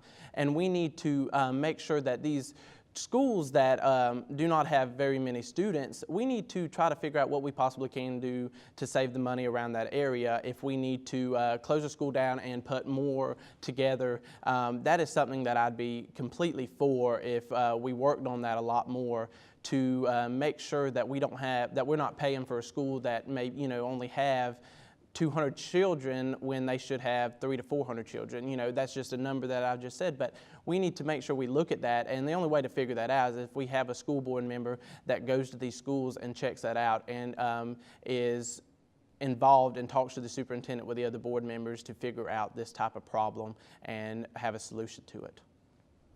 Thank you, sir. Mr. Edge, same question for you. What are your thoughts on the possibility or the plausibility, if that's how you see it, or if not, of consolidation of some schools? I think we definitely have to do that. I mean, when you look at it, I agree with Hunter. You definitely have to look at it to find out where the problem is. I mean, you have 5, 6 kids in a classroom or 12, 20, 12 kids in a classroom. If you consolidate those and get those all into one school, then you can break down the classrooms as in, this teacher only has 20 kids in the classroom and can teach, a lot better than when they have 28, 29 kids in the classroom. So if we can consolidate those classrooms and save money and put more money back in our teachers' pockets, that's something that we definitely have to look at. I would be for it 100%, especially because it would get the other class sizes from the other teachers and the other schools back to where it normally would be or should be. So I would definitely be for it. Thank you very much. Ms. Fennell, what are your thoughts on this topic? Thank you, Mr. Bridges. Actually, when you talk about either closing or basically what you're saying is closing schools or repurposing schools, you have to remember that many children may get lost in the educational gap by closing certain schools and putting them in another school. And this is the last thing we want to do, is make our children suffer. We do everything we can to keep the money close to the classroom. And we do not want our children to get lost in that educational gap. We have even looked at just recently at Pathways to see if that was an option to close Pathways, and that did not financially benefit us to close Pathways. We have also in the past, with previous administration, looked at possibly closing other schools, and it didn't financially benefit us, and plus the community spoke out loudly, and we listened to the community because we are here to serve the community. I am for cutting the budget where we need to, but our children do come first. Our teachers, our staff, and our community matter, and we have to reach out to all of them and listen to what their needs are. So again, we keep the money close to the classroom, but we cannot increase the risk of educational gap and achievement gap. Thank you. If I could just follow up just very briefly, Ms. Fennell, are you saying the Huddleston plan didn't fail just because of withering political fire, but it was because it was determined it would not have saved as much money as originally thought? I will give you an example again as Pathways. It was not shown to be financially beneficial. Okay. Next question for you, ma'am. School safety is on everybody's mind, obviously, for good reason. But the new security rules were mandated by the state, and they're being put in place by the district. How can I phrase this without sounding too blunt? What does it matter what the local school board thinks? The state program is being put into place. What, if anything, can the local school district do to make our schools even safer? Good question, Mr. Bridges, because safety is our #1 priority and has always been my #1 priority, because if we don't keep our children safe, we cannot give them a good education. It does matter what the school board says, because we, as school board members, have to be very active in the safety new safety active program, because we have laws to follow, but we have to make sure those laws get taken care of and we follow the rules and do what we need to do as a school board to keep our children safe. We have actually we have a school resource officer in every school now. We have secure the perimeters. We have actually developed an app that will, if something were to happen, that first responders will actually be able to go to that specific site and save minutes and seconds, because we know every second counts if there's any kind of injury, even an injury or shooting or what may happen, and God forbid it be a shooting. And we've done a number of things. We have 1-point entry, so it's important that we continue to do this. But what you need to know is that we have been proactive, not reactive. So we were way ahead of the game before this came down. So yes, we have to follow the state laws, but I will say we as a board in our district countywide have been proactive, not reactive, and we will continue to do that.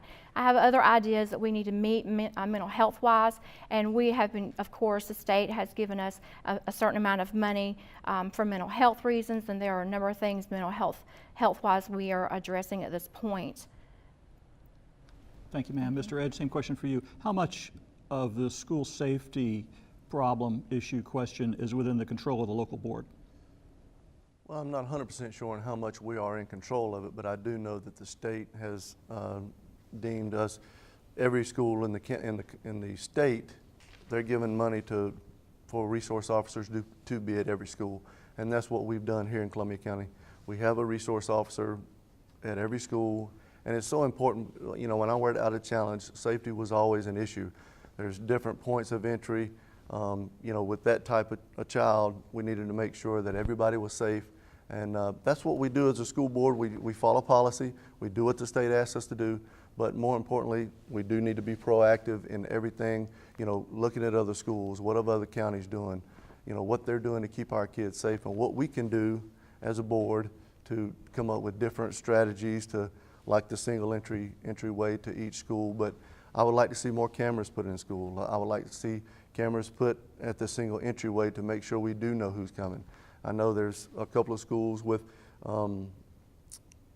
people making sure you have a pass into the school, making sure you have a pass out of the school. We need to do that for all our schools, even elementary schools. I mean, those are the kids that really can't fend for themselves. We've got to make sure to take care of those kids that can't do anything for themselves. You know, so we may not have a lot as far as the school board goes, but we will make policies and put them in place to make sure that our kids come home safe. Thank you, sir. Mr. Peeler, finally, what's your take on school safety? That goes into something, like I said earlier, we need to be involved to see what's really going on inside of those schools, to see what we can better do for our safety besides what the state brought into us. What the state is telling us to do is great, and I absolutely love that idea. But to even better our safety, we have to have a school board member that's involved, that goes to these schools and sees the problems that we need to address and fix. Because no matter what, safety is always going to be a concern, because we always want to make sure that if your spouse is a teacher or your child goes to school, you want them to come home safe just as anyone else would. And so that's why we need to implement new ideas to always continue to make sure safety is brought up at every school. And as a school board member, any type of training or seminars that we may have for educational safety, I would love to be involved in that, to hear for myself, to bring across the board if I'm the only board member that goes, to always make sure that safety is our #1 priority. Thank you. Last question of the night, and we start with Mr. Peeler. Sir, if you're elected, what specifically do you want to do to enhance technical or vocational education? We have a good welding program at CHS. Why can't we have more? Exactly. And you know, and CHS is not the only high school in this county. We also have Fort White High School that we need to look at too. We need to put these technical programs in every high school that we have, in both high schools, to make sure that these students get a chance at this all type of technical things. And that's why we got to look at the budget to make sure that we can bring in more ideas and find the money to push these, because if we truly care about the students and we truly care about the students' future, then that's why we need to make sure that more technical programs are brought into this county. And like you said before, the CHS welding program is a great program. I keep up with them all the time. I even did in school, and I think we need to see more things like that blossom in this county and are pushed into this county for students to be a part of, so that way they all have an equal opportunity to do something that they love and something that could build a future for them. Right, thank you. Yeah, I didn't mean to slide in the other programs, those are just the ones that came to mind. Because they are exceptional. Mr. Edge, what do we need to do to get more educational vocational training? I believe the first thing we need to do is get with the business owners in the community. We have to make sure that they're using us as a feeder program, whether it is Fort White or Columbia High. We've got to get them involved. We've got to make sure they understand what we're doing at the school, whether it be in the welding industry or the building industry, carpentry, whatever the case is. They have to leave Columbia High School or Fort White High School with a with a level 1 certificate. Okay, so the business owners around here understand, yes, they have level 1, we could take them to level 2, level 3, or whatever the case is. Same thing with the computer programs. We need to make sure that these people can run the computer programs, and wherever they go in the county or in the country, they've got to understand, we went through this is accredited through Columbia High School or Fort White High School, and make sure that they understand they're getting a student that has learned his craft or her craft in the Columbia County school system. So I definitely think we need to get more vocational things involved in the schools. Just need to find out and make sure the business owners of the community are welcoming those students. Thank you, sir. Ms. Fennell, last response of the night. What's the nuts and bolts of accomplishing this? Are you asking me the same question about career and tech? Yes, ma'am. Okay, thank you, Mr. Bridges, for clarifying. As far as career and tech slash vocational, many people know it as vocational, we are well ahead of the game. I don't know if a lot of people know this, but we have over 100 career and tech vocational programs at our school, at our high schools. And some that people may not even know about is even a veterinarian tech. We do have the welding, of course. We have certified nursing assistant, and over 100 programs, only one is not a certification. They get a certificate, but not a certification. So we are preparing our students, excuse me, we are preparing our students for the job market. And we are doing that in a very good manner. We also received a $200,000 grant for vocational career tech, and we will continue to apply for grants and use this money to prepare our students for the job market. We will Actually, I spoke with one of our assistant superintendents, and we spoke about this in a school board meeting about how we could begin this at an earlier process. So we are planning to begin this at the middle school level, so they're ready to pick or choose what career choice or career tech vocational area they would like to start with. And so they're starting it at the 9th grade level, and they're certified by the time they graduate and ready for that job market. And that concludes the question and answer portion of the segment. It's time now for each candidate to make a 2-minute closing statement. And since candidate Peeler went first, he will go last. Stephanie Fennell, you now have 2 minutes to make a closing statement to the voters of District 5. Okay. Thank you. From day one, I have never wavered from my commitment in this position, and I never will. I have always and will continue to support and make our school safety my #1 priority, as I have come up with the ideas of my own, visited schools, and met with school safety experts to ensure that our schools, our students, and our teachers return home safe, and we give them the best safe environment possible.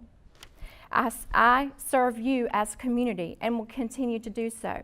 I'm a mom, an educator, a professional career woman, and your school board member, with the education, knowledge, experience, dedication, and passion to get the job done. I love serving you as your school board member, and I simply will continue to do what is right and continue to be involved. I love every bit of my position of being your school board member. I believe you will agree with me, there is no substitution for experience when it comes to our children's education. I thank you for this opportunity, and I am very proud and honored to have served you, and I would love and be very excited to continue to serve you. So on August the 28th, remember, vote and re-elect Stephanie Fennell for your school board member, District 5, for our children, our future. Thank you very much, candidate Fennell. Time now for a closing comment from candidate Edge. Mr. Edge? All right, a couple of points I want to touch on. School safety obviously is the #1 for every school board member and every school board or every person running for the school board. We want to make sure that our kids get home safe, and we want to make sure that everything is in place for that. We've got the school resource officers in place. We've got the one entry point, which is very good. And we need to make sure that to go further with that each time we have a chance. So the next is better salaries for our teachers. We don't need our teachers going over to the next county. We want to make sure that paraprofessionals, janitors, and everybody in the Columbia County school system, if we can,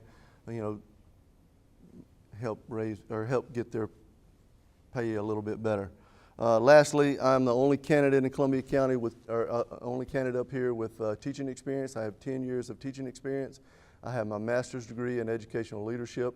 That's the same degree that a lot of our principals and assistant principals have now. We got it. And I want to make sure that we're very clear. I have a daughter that's in the school system now. I want the best for her, and I want the best for your kids. I will do everything that I can to make sure that your kids get home safe, make sure they get an education, and make sure they go on and be whatever they would like to be. So on August 28th, make sure that you vote Shane Edge for School Board District 5. Thank you, Mr. Edge. And finally, to wrap things up, closing comment from candidate Hunter Peeler. You know, I'm not looking for a career on the school board. I'll say it right here, right now. If you give me 8 years, which is 2 terms, that is enough for me to move on. That is where I can complete my job. And if I can't complete it in 8 years, then you don't need me. I'm not looking for a paycheck, and I'm not looking for a title. I have that with my own business. And talk about experience, I don't have the experience that my 2 opponents have up here, the life experience, because I haven't lived as long as they have. But I'm telling you, my age is not an issue in this campaign. I have not let it become one, and I will not let it become one through the rest of this campaign. And another thing, experience, you don't have experience being a school board member until you become one. So we need a school board member that is dedicated, that's going to be involved with all departments and all students, and someone that's not going to do something when they get called out or during election time. And you need, that is me, you need a young person on that board that is fresh out of the classroom and that's not been graduated for 20 plus years to serve you and our students and the employees of this district. And I've said this from the beginning, and I'll always say it. A vote for Peeler is a voice for all. Thank you all, and God bless each and every one of you. Thank you, candidates, for being with us this evening. That concludes the candidate forum for tonight. I'd like to thank all the candidates for their attendance and would like to thank our sponsors, Moe's Southwestern Grill, Sonny's Barbecue, Lake City Reporter.